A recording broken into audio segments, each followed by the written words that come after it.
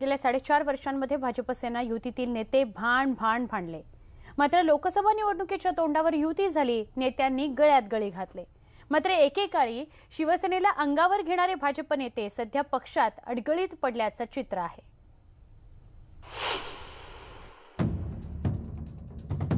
गेल्या 4.5 वर्षात भाजप सेना केंद्र आणि राज्यात सत्तेत एकत्र असलं तरी या दोनही पक्षात झालेला संघर्ष अवघ्या महाराष्ट्रानं पाहिलाय। दोनही पक्षातील नेते यात आघाडीवर होते, मात्र भाजपमधील काही नेत्यांना त्याची किंमत आता मोजावी लागतीये। मुंबई महापालिका निवडणुकीत शिवसेनेला अंगावर घेणाऱ्या किरीट सोमय्यांना ईशान्य मुंबईतून उमेदवारीसाठी आटापिटा करावा लागतोय। लोकसभेच्या पार्श्वभूमीवर जुने राजकीय हिशेब आता चुकते केले जात आहेत, अशीच काहीशी परिस्थिती पाहायला मिळतीये।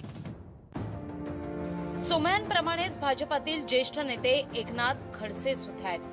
भाजप सेना युतीच्या घोडदौडीमध्ये खडसे मागे पडल्याचं चित्र आहे। गेल्या निवडणुकीत युती तुटल्याची घोषणा खडसेंनी केली होती, त्यामुळे शिवसेनेला खडसेंपेक्षा मुख्यमंत्री देवेंद्र फडणवीस अधिक जवळचे वाटतात। मुंबई महापालिका निवडणुकीत भाजपचे आमदार आशिष शेलार आणि विनोद तावडेंनी शिवसेनेवर गंभीर आरोप केले होते। लोकसभा निवडणुकीत तावडे आणि शेलार युतीच्या प्रचारातून काहीसे बाहेर फेकले गेल्याचे चित्र आहे।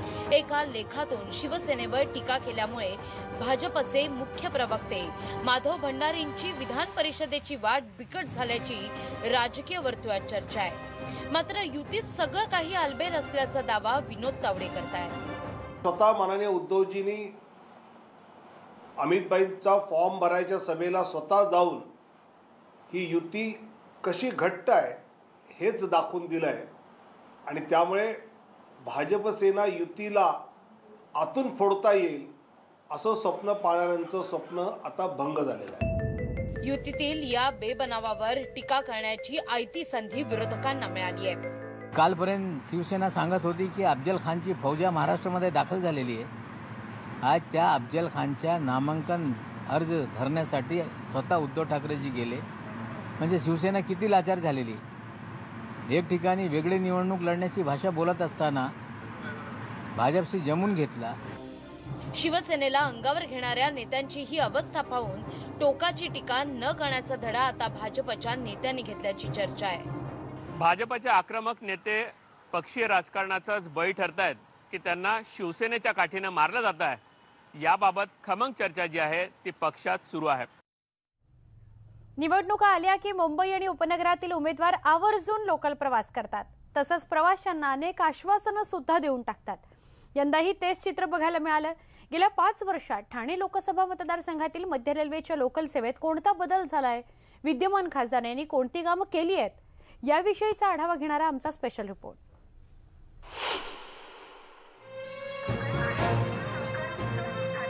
लोकल ट्रेन मुंबईची लाईफलाईन समजली जाणारी ही लोकल सेवा आता डेथलाईन बनत चालली आहे। वाढत्या प्रवासी संख्येमुळे लोकल सेवा अपुरी पडू लागली असून चाकरमान्यांना दररोज जीव मुठीत धरूनच प्रवास करावा लागतो। पण आता लोकसभा निवडणुकांच्या तोंडावर शिवसेनेच्या ठाण्यातल्या खासदारांच्याकडून अनेक दावे केले जात आहेत। या फ्रिक्वेन्सीमध्ये ज्या गाड्या म्हणजे उदाहरणार्थ तुमच्या गर्दीच्या वेळेला ज्या गाड्या तिथे लोकांची मागणी होती, उदाहरणार्थ लेडीज स्पेशल जी बंद झालेली होती ती सुद्धा आपण चालू केलेली आहे आणि अद्यावत स्टेशन आपण ते दोन्ही ठिकाणची केलेली आहेत, म्हणजे फुटओव्हर ब्रिज असतील। खासदारांनी अनेक दावे केले असले तरी मध्य रेल्वेच्या मार्गावरून प्रवास करणाऱ्यांचे हाल काही संपलेले नाहीत। मध्य रेल्वेच्या लोकल कधीच वेळेवर धावत नाहीत। रोजचा लेटमार्क हे जणू मध्य रेल्वेचं घोषवाक्य बनलंय।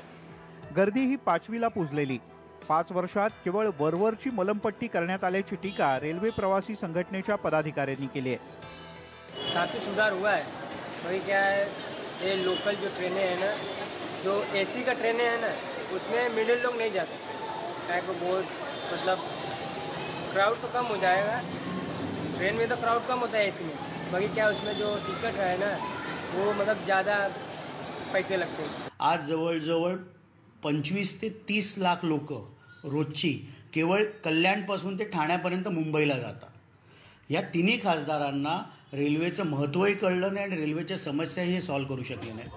ठाणे लोकसभा मतदारसंघातून लाखो प्रवासी रोज प्रवास करतात. त्यातून रेल्वेला दरवर्षी कोट्यावधींचं उत्पन्नही मिळतं. मात्र त्या तुलनेत प्रवाशांना अत्यंत तुटपुंज्या सुविधांवर समाधान मानावं लागतंय. एखादी मोठी दुर्घटना झाल्यानंतर लोकप्रतिनिधींना जाग येते. प्रत्येक निवडणुकीमध्ये उमेदवारांच्याकडून प्रवाशांना केवळ आश्वासनं दिली जातात. पण जोपर्यंत रेल्वे प्रवासी लोकलच्या या सगळ्या मुद्द्यांना लक्षात ठेवून मतदान करणार नाहीत, तोपर्यंत लोकलची परिस्थिती सुधारणार नाही, हेच या मतदारसंघातलं वास्तव आहे. अजित मांढरे, न्यूज 18 लोकमत, ठाणे. रावेरची जागा अखेर राष्ट्रवादी काँग्रेसनं काँग्रेसला सोडताच तिथून काँग्रेसचे माजी खासदार डॉक्टर उल्हास पाटील यांची उमेदवारी निश्चित झाली आहे.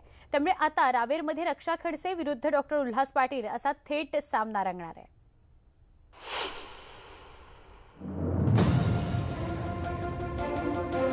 रावेर लोकसभा मतदारसंघाची जागा यापूर्वी राष्ट्रवादीकडे होती, ती अखेर काँग्रेसला मिळाली. यानंतर काँग्रेस प्रदेशाध्यक्ष अशोक चव्हाण यांनी तिथून डॉक्टर उल्हास पाटलांना उमेदवारी घोषित केली आहे. मुंबईच्या प्रदेश बैठकीनंतर ही रावेरची उमेदवारी घोषित करण्यात आली आहे. रावेर लोकसभा मतदारसंघाची जागा ही राष्ट्रवादीने काँग्रेसकरता सोडलेली आहे आणि त्या ठिकाणचा उमेदवार म्हणून काँग्रेस पक्षाने श्री उल्हास पाटील यांना उमेदवारी देण्याचं निश्चित केलेलं आहे. 1996 साली रावेरमधून डॉक्टर उल्हास पाटील काँग्रेसच्या तिकिटावरून मोठ्या मताधिक्याने निवडून आले होते.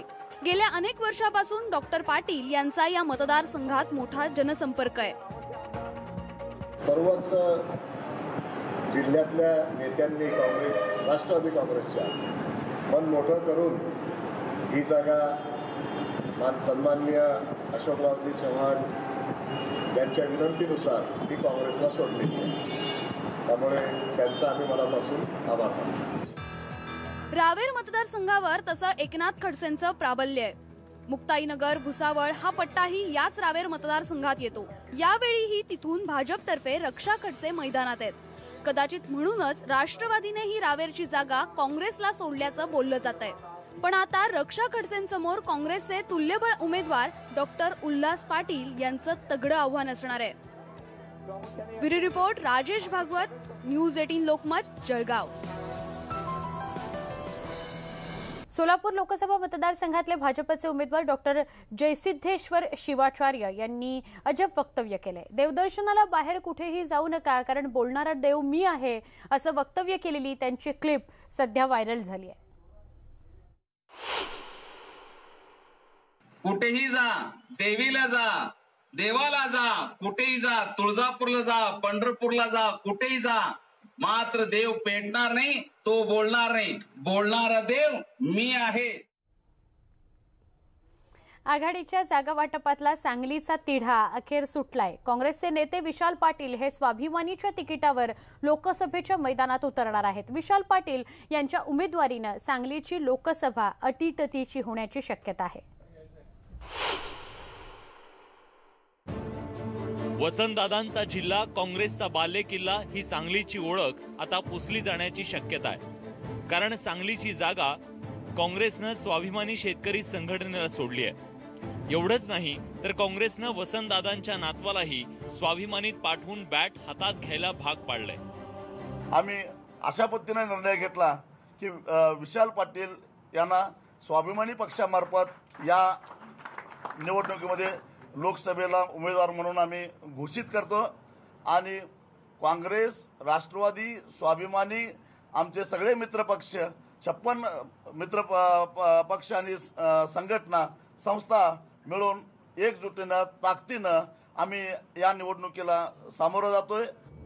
पण विशाल पाटील यांच्या उमेदवारीनं भाजपच्या संजय काकांसमोर एक तगडं आव्हान उभं राहिलंय. विशाल पाटील हे माजी मुख्यमंत्री वसंतदादा पाटील यांचे नातू आहेत. वसंतदादा दूध संघाचे अध्यक्ष म्हणून त्यांनी राजकीय कारकिर्दीला सुरुवात केली. वसंतदादा कारखान्याचे अध्यक्ष म्हणूनही ते सध्या काम बघतायत. विशाल पाटील जिल्हा मध्यवर्ती बँकेचे संचालक आहेत. विशाल पाटलांच्या रूपानं स्वाभिमानी शेतकरी संघटनेला एक स्थानिक उमेदवार मिळालाय. विशाल पाटलांच्या उमेदवारीनं काँग्रेसचं बंडही टळलंय. सांगलीची जागा स्वाभिमानीला सोडल्यानं काँग्रेसमध्ये मोठी नाराजी होती, तर मोठ्या अट्टाहासानं जागा मागून घेतलेल्या स्वाभिमानीकडे उमेदवारच नव्हता. त्यामुळे जागेसोबतच उमेदवार फ्री मिळाल्यानं शेट्टींची सोय झाली आहे, तर काँग्रेस अंतर्गत बंड थंड झालंय. काँग्रेसच्या भूमिकेशी वेगळं जाणं हे सहजासहजी आम्हालाही जमत नाही. मात्र भाजपच्या विरोधी सर्व शक्ती एकत्रित आल्या पाहिजे, हा जो शेट्टी साहेबांनी आता मुद्दा मांडला, त्या दृष्टीनं आपण वेगळं लढणं सोयीचं होणार नाही. विशाल पाटील यांना उमेदवारी देऊन स्वाभिमानी शेतकरी संघटना कारखानदारांच्या वळचणीला गेल्याच्या आरोपालाही शेट्टींनी उत्तर दिलंय. या मुद्द्यावर आजही आम्ही ठाम आहोत. शेतकऱ्यांच्या प्रश्नावर तडजोड नाही. माझ्या शेजारी बसलेले आहेत सगळे. उद्या जर का ऊसाचा प्रश्न निर्माण झाला तर स्वाभिमानी शेतकरी संघटना आपली भूमिका सोडणार नाही. सांगली म्हणजे पक्षापेक्षा जास्त गटातटाचं राजकारण, ज्यात एकमेकांना शह देण्यासाठी प्रसंगी पक्ष तत्व खुंटीला टांगल्याची अनेक उदाहरणं आहेत. म्हणूनच वसंतदादांच्या या तरुण नातवापुढे गटातटाचं विशाल असं आव्हान आहे. आसिफ मुरसल, न्यूज 18 लोकमत, सांगली.